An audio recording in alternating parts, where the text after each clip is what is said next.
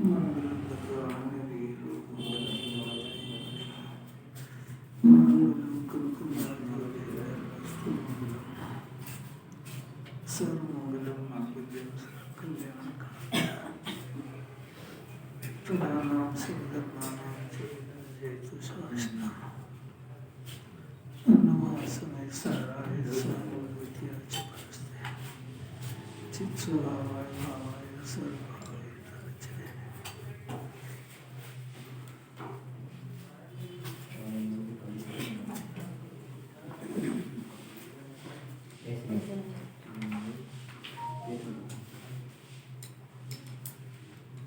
जिससे भगवान का प्रेम हो वह भगवान को देखता रहता है। उसी प्रकार चैतन्य देव का प्रेमी चैतन्य को करता रहता है। धन का प्रेमी क्या करेगा? जहाँ बैठेगा वहाँ काय की बात करेगा?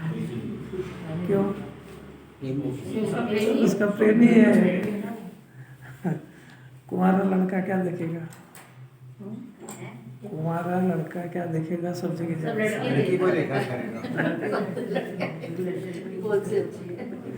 मैंने सीधी सी बात है, जिसको जिसका प्रेम होता है उसके ज्ञान में वो विषय चलता रहता है।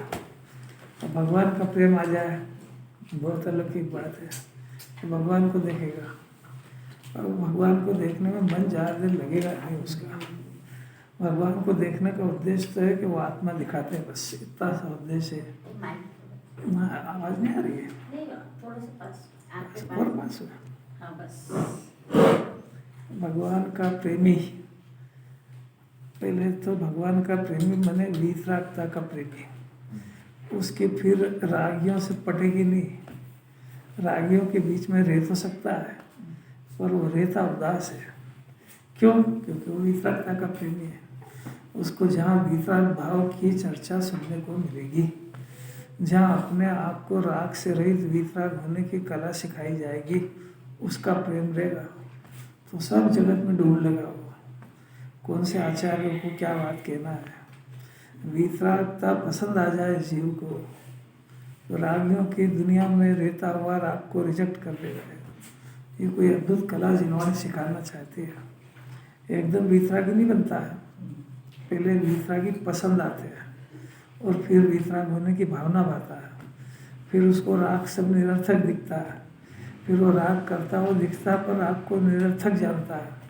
और राग एकदम से बंद नहीं होता है तो चलती ऐसी दशा, पर अंदर सुहाती उसको वीतरागता की बात है। कैसी अद्भुत बात है। भोजन करता हुआ दिखता है और भोजन छोड़ने की तैयारी है उसको। ब्याह शादी करता हुआ दिखता है और उसको कोई इंटरेस्ट नहीं है।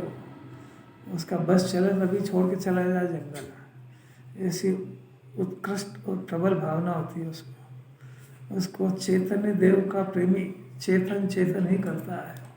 जहाँ जाए वहाँ टुकर देखता है कि मेरे को मेरे आत्मा की स्वभाव की चर्चा कहाँ मिलेगी सुनने को। मैं कैसे अपने स्वभाव को प्राप्त करूँ।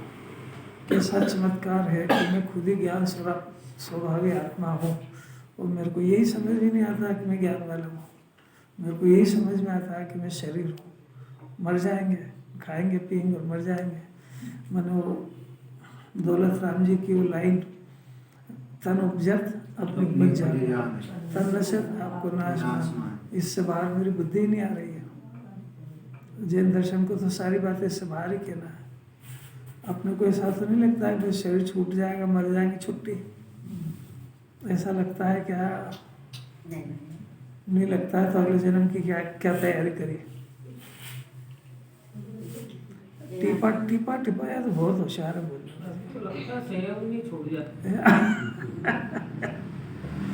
और छूट जाए तो मर जाएंगे और क्या होगा। तो दौलत राम जी उस लाइन से बाहर नहीं आ पा रहा है ना। हाँ, आ ही नहीं रहा है क्योंकि ये उसकी खुद के उसको अपना प्रयोग करना चाहिए कि मेरा ज्ञान इससे बाहर निकल के सोचना भी शुरू किया है कि नहीं उसने। कि उससे वो संयोग जितना ही सोच रहा है, संयोग जितना सोच रहा है तो जिन्होंने बौद्ध नीति कह रही है और अनादि से बुद्धि से बाहर ही नहीं आ पाया। अभी ये जो चर्चा चल रही है ये तो बहुत ऊंची चर्चा चल रही है। इसमें तो वो सिखा रहे हैं जो इस बुद्धि से बाहर आ गया और उसको ये बात गले उतर गई है। कौन सी? कि जिन्हें परमात्मा ने केवल ज्ञान में मेरा आत्मा का स्वरूप ऐसा देखा है, द्रव्य पर्याय स्वरूप। शरीर जन्मने को मेरा जन्म, शरीर छूटने को मेरा मरण, या शरीर छूट जाएगा तो सब नष्ट हो जाएगा, ऐसा मेरे को नहीं देखा है। और ऐसा तो मैं अनादि से मान रहा हूँ। उसके लिए पढ़ाई करने की कोई ज़रूरत नहीं है। वो शास्त्र पढ़ के अगर मानता वैसे ही है, वो शास्त्र ज्ञान बढ़ाता है तो भी उपलब्धि कुछ नहीं है उसको, जीरो। क्योंकि अपनी मान्यता तो बदलते ही नहीं है। क्या कह रहे हैं अंकित? यहाँ तो उस जीव का ज्ञान टकरा रहा बार बार, क्योंकि उसकी मान्यता से ठीक विपरीत बात है। जिन्हें परमात्मा कह रहे जीव अनादि अनंत है, ये कह रहा मैं मरने वाला हूँ, मर जाऊंगा। कैसे जाना? ऐसे जाना कि इतने अपनी बुद्धि का उपयोग इन संयोगों को संभालने में, टिकाने में, लाने में, इसके अलावा उसकी बुद्धि काम ही नहीं करती कुछ। अपने को अनादि अनंत एक ही शब्द नहीं समझ में आ रही उसको, बाकी बात तो सब बाद में करेंगे। अनादि अनंत है तो बहुत सारे प्रश्न हो जाएंगे। किसके आधार से टिका है? कब से बना हुआ है? किसने बनाया? अभी किसका दिन है? अभी इसका काम क्या है? ये क्यों नहीं कर रहा है? वो इसको कौन सा आहार पाने की जरूरत है? इतना सब ज्ञान काम करना चाहिए उसका। वो जब अनादि से अनंत काल तक रहेगा तो करेगा क्या? दुकान चलाएगा कि बच्चे बच्चे पालेगा? क्या करेगा? कि ये सब उसके काम है ही नहीं। ये ओढ़ लिए उसने जबरदस्ती। ये सब संसार का वर्णन, हर देह की हार है, वो सब सुनाएगा भगवान को, उसको कोई मतलब नहीं इससे। वो इस बुद्धि से बाहर नहीं आ पा रहा है। मैं मर जाऊंगा कि अनंत काल, इस जन्म के बाद में मैं जाऊंगा तो मर जाऊंगा कि जाऊंगा वहाँ पे अगले जन्म में, और वहाँ अगले जन्म फिर से मेरे को संयोग मिलेंगे, शरीर मिलेगा क्या? शरीर हो जाएगा? मिलेगा तो फिर प्रश्न हो गया कौन सा मिलेगा, फिर कहाँ जाएगा, कौन से क्षेत्र में जाएगा? फिर वो तो झगड़े खड़ा हो गया। वो मर जाऊंगा, सब बात खत्म हो गई। अरे मरते ही तो नहीं, मर जाता तो झगड़े खत्म हो जाता है। अनादि अनंत हूँ, ये शास्त्र में अभी तक यही सिखाया है, लेकिन समझ में नहीं आया कि मैं अनादि अनंत हूँ। समझने का इसने प्रयत्न नहीं करा है। जिनवाणी तो बहुत सुनी है, जिनवाणी तो बहुत सुनी है, बहुत। ये नमोकार मंत्र आज पहली बार नहीं पढ़ रहा है। नमो सिद्धानंद तो बहुत करा है, पर वो सिद्ध भगवान बिना शरीर के अनंत काल तक रहते हैं, और शरीर के बिना आत्मा रहता है, इस बात का प्रमाण इस विश्व के अंदर वो दे गए हैं। पर इसका ज्ञान नेत्र बंद है। ये शरीर से आगे सोच ही नहीं पा रहा है कि मैं बिना शरीर के रह भी सकता हूँ। बिना शरीर के भी रह सकता है कोई? हाँ, रह सकता है, और अनंत सुखी रह सकता है, क्योंकि सारे दुख की जड़ी शरीर है। अरे ये तो भी समझाने के लिए बोला, दुख की जड़ शरीर थोड़ी, अनंत भगवान के भी शरीर है। शरीर को अपना मानना, आत्मा को अपना नहीं मानना, और शरीर को अपना मानना, ये सारे दुख की जड़ है। इसका नाम जिनवाणी की भाषा में मिथ्या दर्शन। अपनी भाषा में तो आप जैसा समझना है वैसा समझ लो। जैन दर्शन की परिभाषा में इसको मिथ्या दर्शन कहते हैं, कि अपनी शुद्ध चैतन्य वस्तु उसको अपना नहीं मानना। वो संयोग में शरीर मिला हुआ है। जिनवाणी तुल्यआम कह रही है कि 8 कर्म के उदय की चीज़ है, कर्म की प्रॉपर्टी है, जीव की नहीं है। जीव का इसमें कोई अधिकार भी नहीं है, जीव की इच्छा अनुसार आई भी नहीं, चलेगी भी नहीं, टिकेगी भी नहीं। फिर भी ये जीव ये बात नहीं झेल पा रहा है। झेलना चाहिए ना उसको, झेलना चाहिए तो उसकी बुद्धि वहाँ से रिवर्स होनी चाहिए। जो पदार्थ में हुई नहीं उसके बारे में बुद्धि तो मेरी है, तो जो बुद्धि मेरे को मोक्ष को प्राप्त करने के लिए, इस आत्मा को प्राप्त करके अनंत सुख भोगने के लिए मिली थी, उस बुद्धि का उपयोग मैंने शरीर को टिकाने और संभालने में किया है। ऐसे जिनवाणी में मेरे से बड़ा मूर्ख कोई कह नहीं रहा आचार्य। आए थे क्या काम को, करने लगे क्या काम, करना आत्म ध्यान था और धोवन लागे चाम। और ये क्या करा इसने? क्या करे राकेश? इसको अपने किए का पछतावा भी नहीं होता। बाहर तो कोई जरा सा अपराध हो जाए तो बड़ा पछतावा भी होता है, यहाँ उसको पछतावा भी नहीं होता कि मैं करा क्या है। अपराध नहीं दिख रहा है। देखता नहीं है कि दिखता नहीं है, देखता नहीं है कि दिखता नहीं है, देखता नहीं है कि दिखता नहीं है। ये देखते ही नहीं है। हाँ, देखते ही नहीं है। अपराधी निरापराधी प्रवृत्ति देखने का प्रयत्न नहीं करता है, दूसरे को देखने में व्यस्त है और आरोप फिर से लगाता है कि दिखते ही नहीं मेरे को। तो कौन दिखाएगा तेरे को? तेरे पास ज्ञान है, तेरे को देखना है। अरे ये संयोग दुनिया भर के छूट रहे हैं, संयोग से रहित आत्मा है, सब तू क्यों नहीं देखता है? तू कैसे देखता है कि मैं तो शरीर ही हूँ? रोज सिद्ध भगवान को दिखाया ही इसलिए था। देखने वालों को देखना है, वो तो आप रहने दो ज्यादा बात, आप पहले इसको देखो फिर बताएंगे वो। जो कोर्स चल रहा है उतना ही पढ़ो बस। पहले अरहंत सिद्ध का स्वरूप जाने, फिर अरहंत सिद्ध बनने की भावना भाएगा। अरहंत सिद्ध के स्वरूप को जाने और समझे बगैर उनकी भावना कहाँ संभालेगा? क्या करे राकेश जी? पहले अरहंत सिद्ध की सत्ता मंजूर करें और फिर जाने कि ये और ये भी कोई देव है कि राग कुछ भी नहीं और सुख अनंत है, खाते कुछ भी नहीं और सुख अनंत है, शरीर है नहीं और सुख अनंत है। और ये तो ये बता रहा है कि ऐसे मेरा भी स्वभाव है, फिर मैं ये उल्टे धंधे काहे को कर रहा हूँ? तो पहले अरहंत सिद्ध की सत्ता मंजूर करे, फिर वो विधि की बात है दूसरी कि जानने वाले को जानो, वो तो बहुत ऊंची बात चलेगी। अनंत बार पंच परमेष्ठी की माला फेरी है, परंतु बुद्धि नहीं फेरी है। कैसी अपूर्व बात है ये तो। जिस जीव की लॉटरी पक गई हो, जिसको अरहंत सिद्ध पसंद आने लगे हो, जिसके अंदर से आवाज आ रही हो कि मैं परमात्मा बन सकता हूँ और परमात्मा बनने के लिए मेरा जन्म हुआ है, और मेरे को ये देव गुरु और शास्त्र ये दुनिया को उपलब्ध नहीं है, ये सामग्री जो मेरे को उपलब्ध हो गई है, इसलिए मैं भाग्यशाली हूँ। धन होने से भाग्यशाली नहीं है। धन तो जो है पापियों को भी ज़्यादा मिलता है। पुण्य तो उसको कहते हैं जहाँ वितराग बनने की विधि प्राप्त हुई। सुबह उठते से घुटे के अंदर इसको सिद्ध भगवान याद कराया जाते हैं। काय के लिए? माला पहनने के लिए? काय के लिए? अरे क्या अलौकिक बात है। और अगर ये नहीं करा है तो सुबह उठते से इस मुर्दे को संभालेगा, जिंदा हो के मुर्दे को संभालेगा। कैसा कैसा काम है देखो तो सही। सारी दुनिया कहाँ फंसी हुई है और ये जीव कहाँ आ गया एकदम से। इसकी महिमा नहीं आती, क्या पता ऐसे मरे मन से सुनता है कि बस देखो अपना तो हो गया था ना, सुनता नहीं है, ये हो गया है। इसलिए समझना चाहिए। पेज नंबर 490 है, 206 नंबर का श्लोक का भावार्थ है। समझना चाहिए कि आत्मा को एकांत तथा नित्य या एकांत तथा अनित्य मानना ये दोनों भ्रम है, वस्तु स्वरूप नहीं है। हम जैन कथनचित नित्य अनित्य वस्तु स्वरूप कहते हैं, वही सत्यार्थ है। जीव जो है अनादिकाल से मैं शरीर हूँ और खाता पीता हूँ और मर जाऊँगा, इससे आगे उसकी बुद्धि निकल ही नहीं पा रही है। इसके आगे वो सोचने को भी तैयार नहीं है। सुनने का तो शौकीन हो गया, तो सुनने तो लगा है, पर सोचता नहीं है वो कि शरीर में हूँ कि आत्मा, अभी ऐसा उसको शंका भी नहीं हो रही है। निशंक में शरीर ऐसा मानता है। चिन्ह उसका क्या है कि रात दिन शरीर की चिंता में डूबा रहेगा। चिन्ह उसका क्या है कि अगले जन्म जाना है और अगले जन्म का कोई उसके पास एजेंडा ही नहीं है।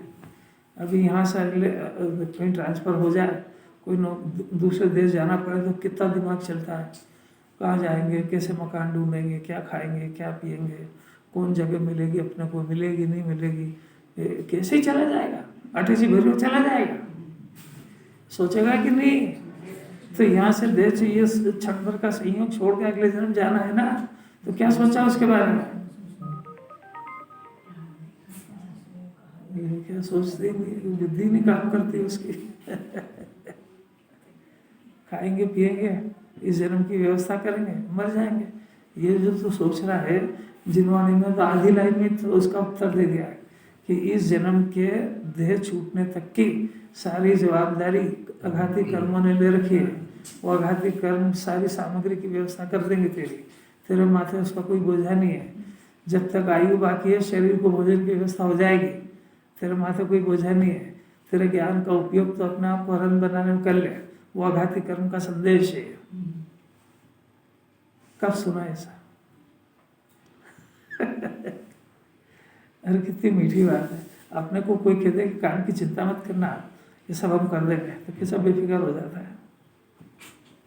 अब यहाँ आघाती कर्म ने ले चली व्यवस्था, जैन कुल में आया है, अरहन भगवान कह रहे तो आजा मेरे पास, अरहन बन जा। कैसा मेरे क्या इन सब खाने पीने की इनकी व्यवस्था कौन करेगा? क्या आघाती कर्म ऑटोमेटिक तेरे बंधे हुए हैं, उनका यही काम है कि वो इस जीव के इसके संयोग में जो शरीर है उसके टिकाने की, स्वस्थ रखने की, बीमार करने की वगैरह वगैरह संपूर्ण व्यवस्था वो ऑटोमेटिक करता है। तेरे माथे उसका कोई बोझा नहीं है, वो तो कर भी नहीं पाएगा। तू चेतन है, जड़ की व्यवस्था तो कैसे करेगा? इसलिए वो तू उसका बोझा मत ढो, तो निर्विकल्प होने की कला सीख के हमारे पास आ जा। ये बात कोई कौन कहेगा इस विश्व में? इतनी मीठी बात, मीठी लगे जब अनंत भगवान से बातें तो करो जरा। अभी फिलहाल जिस परिस्थिति में जिस जो काम करता है उसमें सुखी है कि दुखी?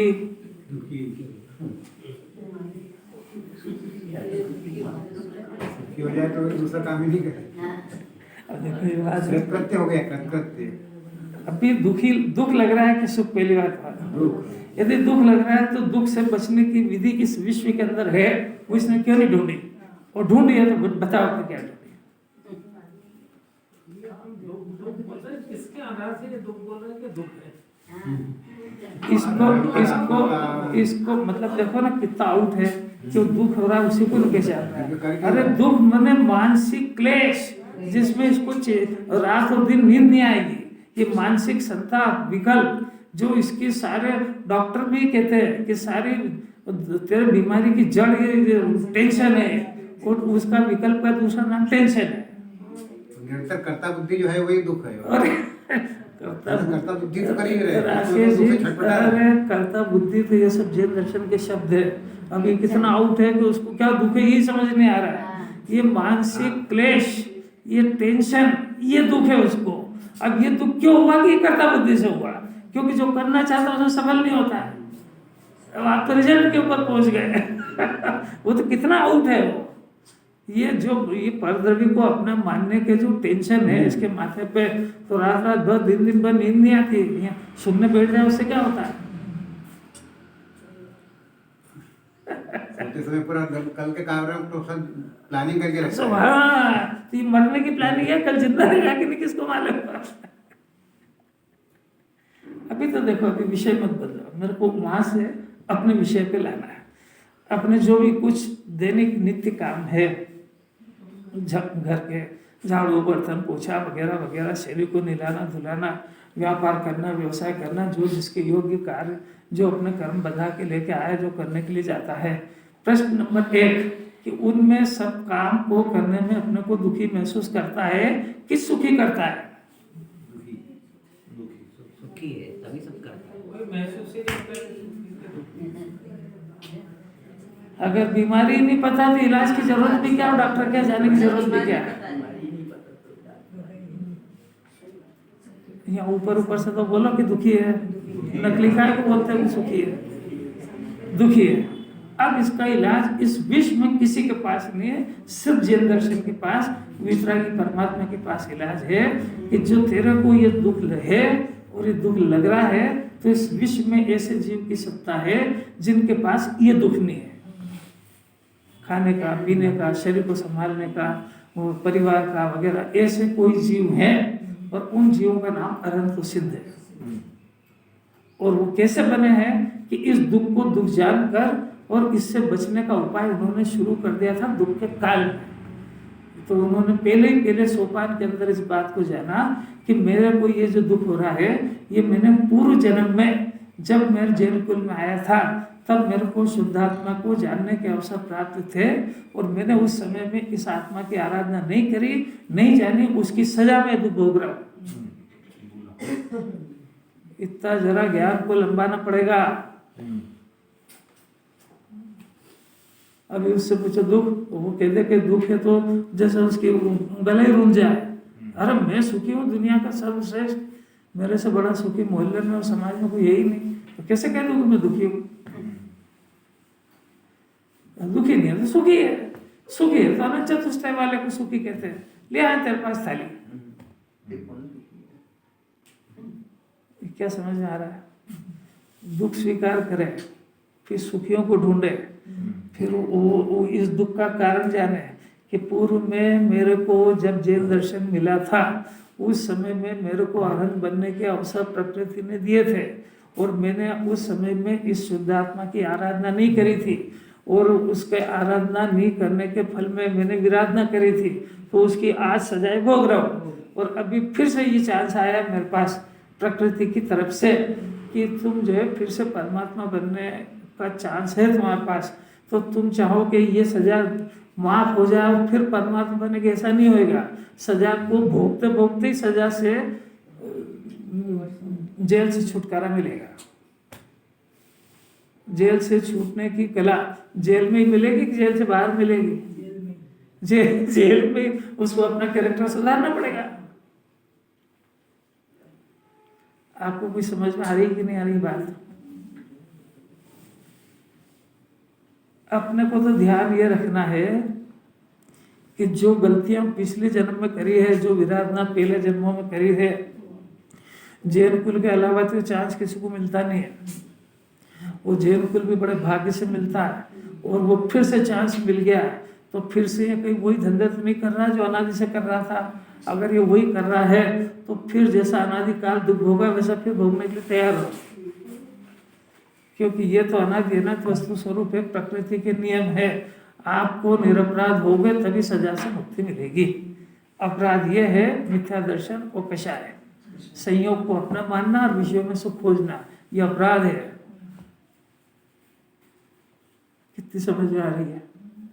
आत्मा की कितनी बातें सुने कि मिथ्या दर्शन चला जाए और कषाय चली जाए, ये सुनने से नहीं जाती है। सुनने का जो विषय है उसको स्वीकार करने पर जाती है।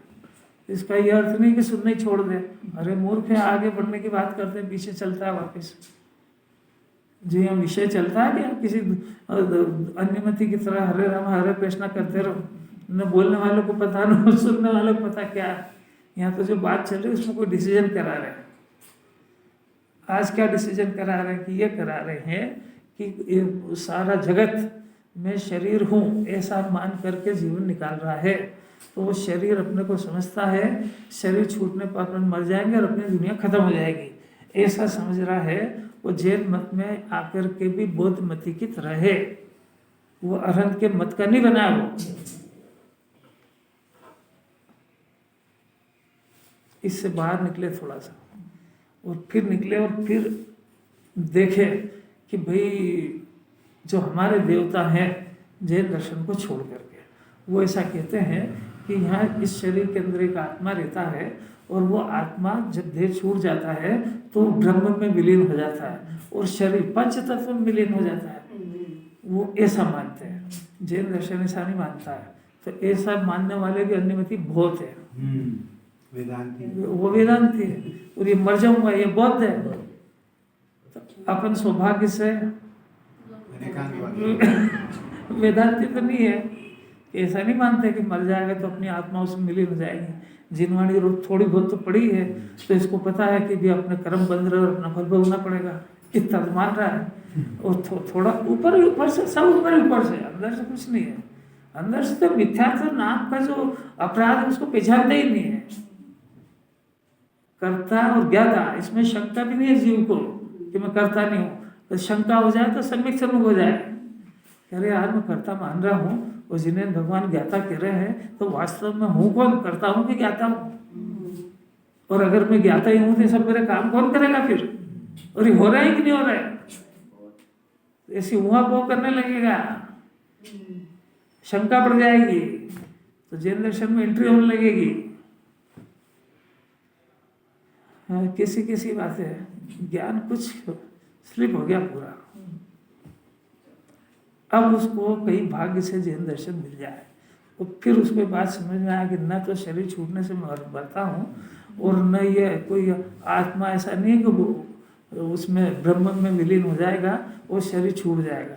शरीर तो पुद्गल परमाणु का ढेर है, वो तो अपनी पर्याय बदल के आग लग जाएगी और ये आत्मा चार गति में भटकेगा और वहाँ पे अपने इस जन्म के किए हुए कर्मों की सजा भोगेगा। ऐसा वस्तु का स्वरूप है।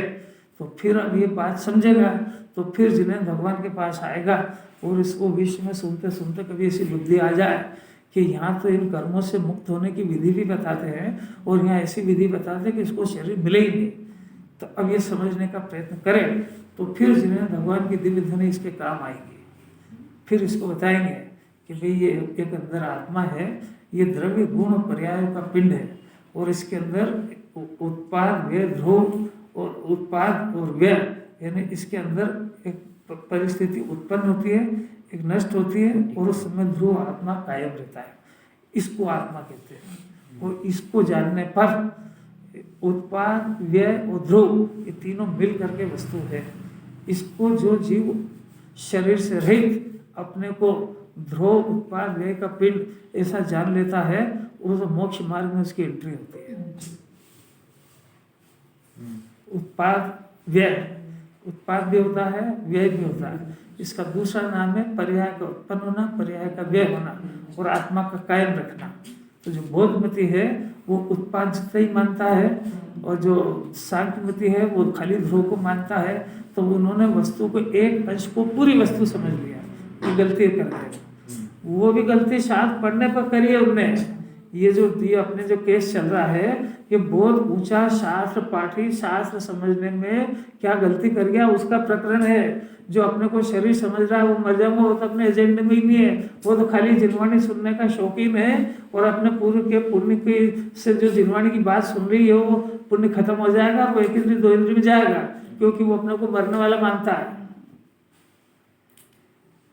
नहीं आ रही क्या समझ में? जो अपने को मरने वाला मान रहा है वो मरेगा कि जिंदा रहेगा?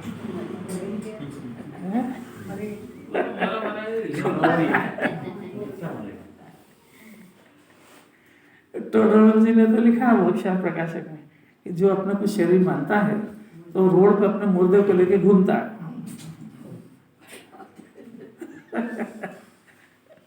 और तो और अपने मुर्दे को सजाता है, अपनी हाथ से अपनी डेड बॉडी को सजाता है। कितना समझदार है। जरा आचार्य की करुणा तो देखो, फिर भी इसको शर्म थोड़ी आती है, फिर भी कहता है शरीर रसोई में हो।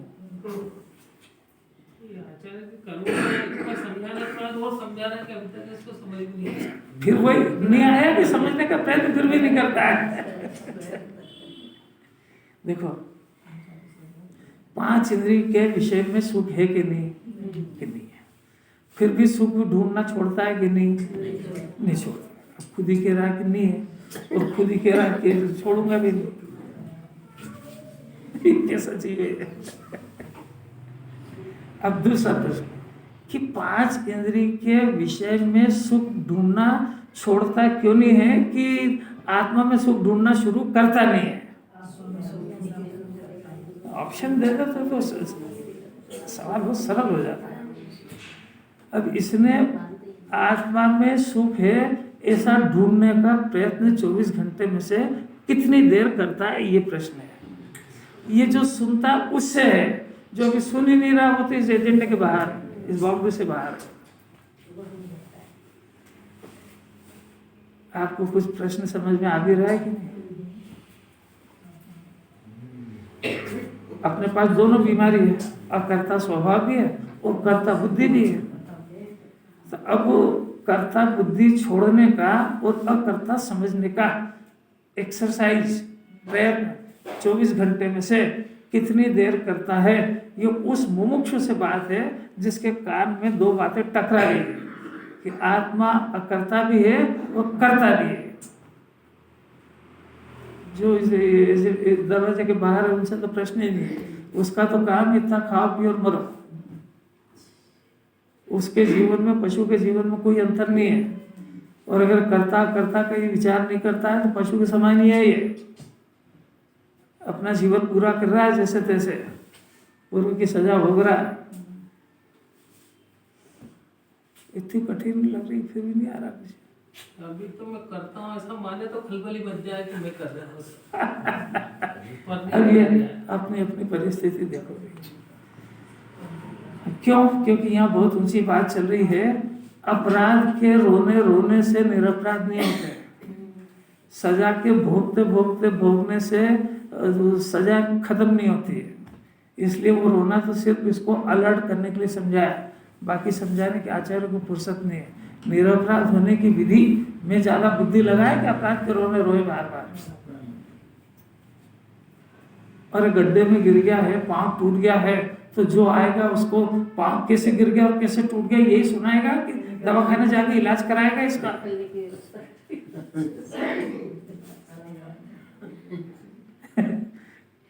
क्या कर रहा है कैसे? अब पुनः देखो, आचार्य का तो तृप्ति नहीं, पुनः अगली गाथाओं की सूचना देते हुए आचार्य कहते हैं क्षणिकवाद का युक्ति के द्वारा निषेध करता हुआ, और आगे की गाथाओं का सूचक अब एक काव्य कहते हैं। तो पहले तो क्षणिकवाद यानी मैं मर जाऊंगा ऐसा जो मानता है, तो आचार्य के अलावा युक्ति देने वाला इस विश्व में कोई नहीं है। कैसे नहीं है? ऐसे नहीं है कि जिस जीव ने जिन्हें परमात्मा की बात को समझकर अपने स्वरूप का श्रद्धान जैसा अपना स्वरूप है, उत्पाद व्यय ध्रुव युक्तम सब, जिसने अपने ज्ञान में स्वीकार कर लिया है, उसको जैनी कहते हैं। जैन कुल में पैदा होने से उसको जैनी नहीं कहते। जैन कुल में पैदा होने से कुल की अपेक्षा से उसको भाव जैनी बनने का चांस है। भाव जैनी बन सकता है। भाव जैनी जब बन सकता है जब वो जिनेन्द्र के मत का हो जाए।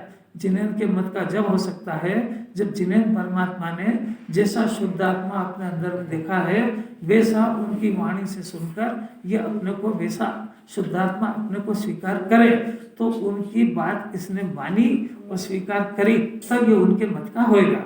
और यदि ये ऐसा मानता है कि मैं मर जाऊंगा तो ये उनके मत का विरोध करता है। हाँ, मेरे से पूछ लो प्रश्न बोलो, डरो मत, डरने से बीमारी रह जाएगी। डॉक्टर के पास जाओ, वहाँ उसको सर्जरी करना है तो कहेगा कि खोलो, सब कपड़े खोलो, कि मेरे को तो शर्म आती नहीं, खोलूंगा तो ऑपरेशन नहीं होगा, जाओ बाहर जाओ। मैंने वहाँ कुछ नहीं, पेट खोलो। तो आपको कोई सा भी प्रश्न आता है तो जिनवानी के सिवा इस जगत में कोई तो जवाब देने वाला है ही नहीं। शांत ही नहीं, बेचारा क्या जवाब देगा। और बड़ी मुश्किल से इसको शंका हुई तो अंदर ही अंदर रख लेगा, तो वो रह जाएगा शरीर। अब बोल, अरे यार देखो, आचार्य कोई चिंता की बात नहीं। आचार्य जो ऐसे अपने आचार्य हैं कि जगत के अंदर जो डॉक्टर होता है ना, तो जैसे कैंसर का डॉक्टर है तो उसको कैंसर की पीड़ा क्या होती है ऐसा वो समझता नहीं, इलाज जरूर कैंसर का कर देगा।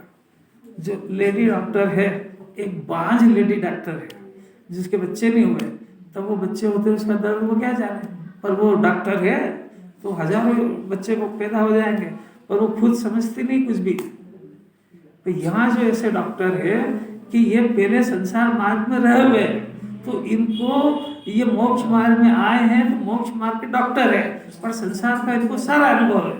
तो सारा अनुभव होने से ये सब बताएंगे कि इसको ऐसी ऐसी पीड़ा है अंदर में, और ये खुद बता नहीं पाएगा। तो आचार्य खुद अपनी तरफ से उस पीड़ा का बखान करते हुए, उसके इलाज को करते हुए बड़े प्रेम से इसकी सर्जरी करेंगे।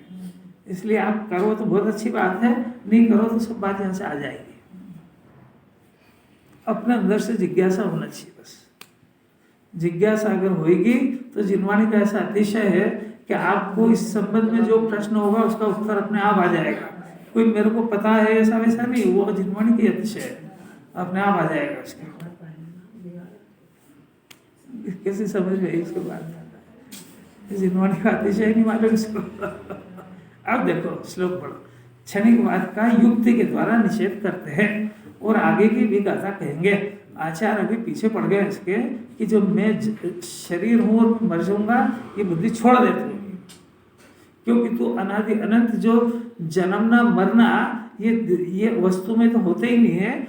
इस आत्मा के संयोग में शरीर का मिलना और इस आत्मा के संयोग से शरीर का छूटना, इसको सारी दुनिया में जन्म और मरण कहते हैं। इसलिए इसी की भाषा में जिनवाणी में इन शब्दों का प्रयोग करा है। वास्तव में इस जीव का न जन्म होता है और न मरण होता है। ये तो जीव अनादि अनंत है। तो फिर अनादि अनंत है तो फिर अकेला रहना चाहिए कि नहीं?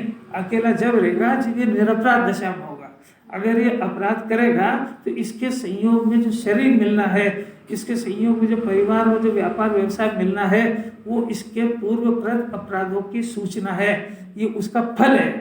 तो ये जो इसका फल है, अब इसके बाद में इसको निरपराधी होने की विधि भी बताएंगे और ये जो संयोग मिले किस कारण से कैसे मिले हैं इसका ज्ञान भी कराएंगे। और इससे इसको अनंत काल तक नहीं मिले, क्योंकि जब जीव का स्वभाव स्वरूप ये है कि वो अनादि से लेकर अनंत काल तक अकेला बिना संयोग के रह सकता है, तो फिर संयोग मिलना भी क्यों चाहिए?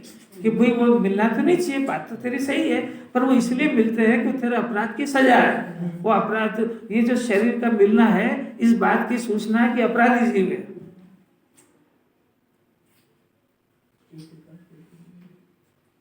अभी भी नहीं आ रही समझ में? इसको परिवार का मिलना इस बात की सूचना है कि अकेले रहना पसंद नहीं करता, परिवार पसंद करता है। कितने लोग चाहिए इसको सुखी करने के लिए? बहुत सारे चाहिए, फिर मिलेंगे बहुत सारे। क्योंकि तू देखता है नहीं कि सिद्ध भगवान अकेले और अकेले ही सुखी होते हैं। सुख का मार्ग अकेले रहना है कि परिवार के साथ रहना है? संसार में तो परिवार के साथ रहना है। अच्छा, अकेले जरा पुराना इतिहास याद करो। कुंवारा था जब सुखी था कि ब्याह हो गया जब सुखी हुआ? दोनों टाइम सुखी रहते। तो फिर यहाँ का लिए आए? यहाँ सुखी जीवों का काम नहीं है, तो जो दुखी है उसके काम है। अंकित चुप क्यों हो जाते हैं? क्योंकि अज्ञान के पास कोई जवाब तो है नहीं, हवा में तीर चला रहा है। अरे ये आत्मा है ना, इसमें द्रव्य और पर्याय, पर्याय का भी विकल्प करेगा जब तक दुख रहता है, जबकि वो पर्याय तो उसी का अंश है। तो बाकी के संयोग को अपना माने वो कहाँ से सुखी होगा? वो तो दुख के भंवर में कूद चुका है। तो बस क्या, द्रव्य गुण पर्याय में से पर्याय को भी बाहर करो, एक अकेला एकत्व में सुखी होता है। द्रव्य अकेला, पर्याय कभी विकल्प नहीं होना, पर्याय है तो रहे भरी। तो जब पर्याय के विकल्प से भी मिथ्या दर्शन होता है, तो ये पर के संयोग कहाँ से सुखी हो जाएगा? सुखी होएगा कि कल्पना में मरेगा? और पर्याय का विकल्प समझ नहीं आया क्या? अभी देखो, अभी श्लोक आप पढ़ो 207। एक श्लोक पढ़ लेते हैं। हाँ, श्लोक पढ़ो।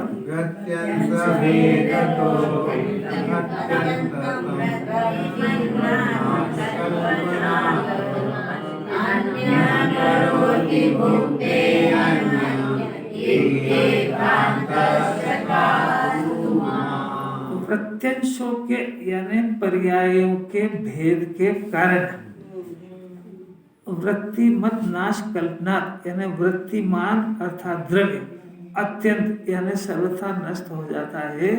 ऐसी कल्पना के द्वारा अन्य करता है और अन्य भोगता है, ऐसा एकांत प्रकाशित मत कर। ये जो कह रहा है ना कि वो करता कोई है और भोगता कोई है, कि तू ऐसा अन्यथा मत करे, जो करता वही भोगता है। अगर जो करता वो नहीं भोगता हो तो इस दुनिया में भी सभी निरपराधी रह गए, क्योंकि मैंने तो अपराध किया ही नहीं, जिसने करा है वो तो मर गया। पर्यायों के भेद के कारण नहीं समझ में आया कि मैं क्या पर्याय का भेद कर रहा हूं। आप तो पर्याय का भेद छोड़ दो, जो अपराध करता है वही भोगता है, जीव मरता नहीं है। इतना तो समझ में आ रही है कि नहीं? जो करता है वही भोगता है कि करने वाला कोई और है, भोगने वाला कोई और है? अभी तक तो ये सिखाया कि पर्याय द्रव्य पर्याय द्रव्य पर्याय, तो पर्याय नष्ट हो जाती है, द्रव्य भी नष्ट हो जाता है, ऐसा मान रहा है ना वो। ऐसा मान रहा है बौद्ध मत ऐसा मान रहा बौद्ध है। मत। और बौद्ध मत तो द्रव्य पर्याय बहुत गहरी बात है। वो तो संयोगी शरीर मर जाऊंगा तो शरीर छूट जाएगा तो मर ही जाऊंगा। इतना स्थूल बीमारी चल रही है। ये ज्यादा सूक्ष्म पढ़ लेने से ना इनकी बुद्धि खराब हो जाती पूरी।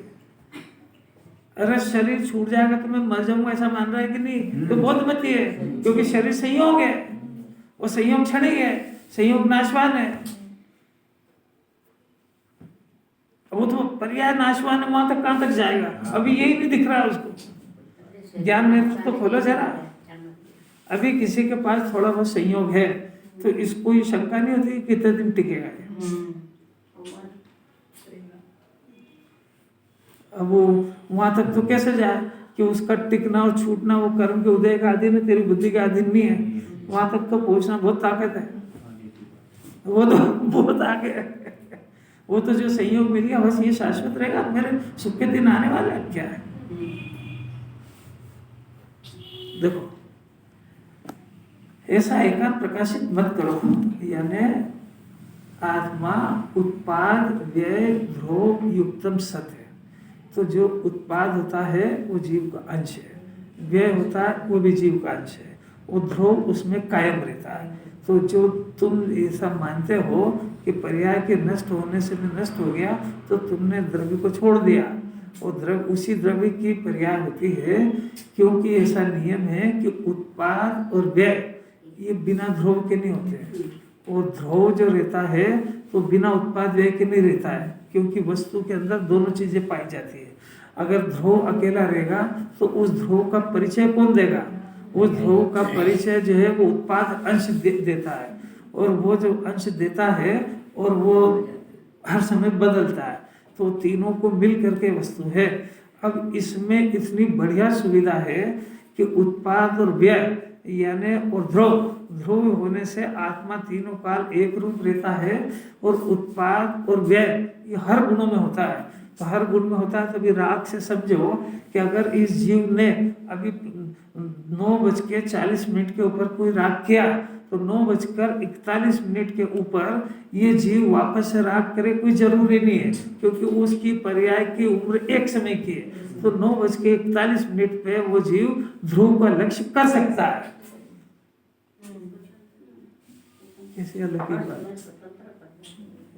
अलौकिक बात है, यानी ये अब इसकी तीसरी की गलती है, उत्पाद व्यय को देख रहा है, ध्रुव को नहीं देख रहा है। सम्यक दर्शन का विषय ध्रुव है, उत्पाद व्यय नहीं है, क्योंकि उत्पाद व्यय तो बदलती दशा है। जैसा वो घड़ी का पेंडुलम इधर से उधर हिलता है ना, तो उसको देखने पर निगाह स्थिर रहेगी कि नहीं रहेगी, और जैसे जैसे चलेगा वैसे वैसे इसकी निगाह भी चलेगी। तो ध्रुव वस्तु को देखेगा तो एक रूप देखता रहेगा। तो ये जो बदलती हुई दशाओं को देखेगा, ये संयोग भी बदलती हुई है, संयोग की बदलती हुई दशाओं को देखेगा तो हर समय भाव मरण ये भाव जन्म करते ही रहेगा।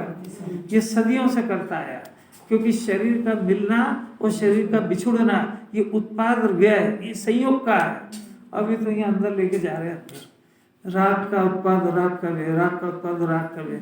उसी समय ज्ञान का उत्पाद और व्यय उसको दिखते ही नहीं है, दिखता नहीं है कि देखता नहीं है कि सुनता ही नहीं है कि इसने विचार ही नहीं करा, कि इसने अभ्यास ही नहीं करा। बहुत अभ्यास करने के बाद उस अभ्यासी का प्रश्न हो सकता है, तो बिना अभ्यास के प्रश्न तो खाली वार्तालाप है, दम कुछ नहीं उसमें। उत्पाद और व्यय यदि मैं मानूंगा तो ध्रुव की स्थापना होगी मेरे अंदर, ऐसा है। आपको जो समझा रहा है वही समझ लो, वही बहुत है, नए प्रश्न करने की क्या जरूरत है। जो समझ में नहीं आ रहा उसको समझने का प्रयत्न करो कि इसके अंदर जो शरीर का मिलना और शरीर का बिछुड़ना, ये अगर शरीर को अपना मानेगा तो जन्मेगा, मरेगा, दुखी होएगा। इतनी स्थूल समझ लो पहले, फिर उत्पाद व्यय ध्रुव देख लेना। एक बालक 10 साल बाद युवा हुआ, तो बालक से युवा हुआ, पर उसमें एक चीज तो ध्रुव है ना, कायम। पुरुषत्व तो है, हाँ पुरुषत्व, जो पुरुष बना वो तो कायम है। कि पुरुष बने को नहीं देखता, बालक को युवा को देखता है, वो तो दृष्टांत हुआ। अब ये आत्मा ने पूर्व का देह छोड़ा और ये नया देह धारण करा, पूर्व का नरक का पशु गति का जो भी देह छोड़ा और ये नया धारण का। उस समय में आत्मा तो एक ही है, जीवत्व तो उसका एक जैसे ही है। तब जिनवाणी उस जीवत्व को दिखा रही है, इस संयोग को नहीं दिखा रही है, और ये अपने को संयोग जितना मान रहा है, तो निरंतर उस संयोग के छूटने का भय बना रहेगा उसको। इसका नाम भाव मरण है। और ये बहुत रोज सुना के आएगा, यूं भाव कर्म या भाव मरण सदियों से और करता रहेगा, हमको सुनाने से क्या होगा? भगवान को सुना क्या है? अरे ये अपने लिए जिनवाणी सुनते ही कहाँ है, ये तो याद करके दूसरों को सुनाना चाहता है। बीमारी भी तो गई, इतनी खतरनाक बीमारियां है ये। यहाँ जितने बैठे ना राकेश जी, ये कोई दूसरा अज्ञानी है तो उसको सम्यक दर्शन करा दे, इतनी ताकत है इसमें। खुद के ठिकाने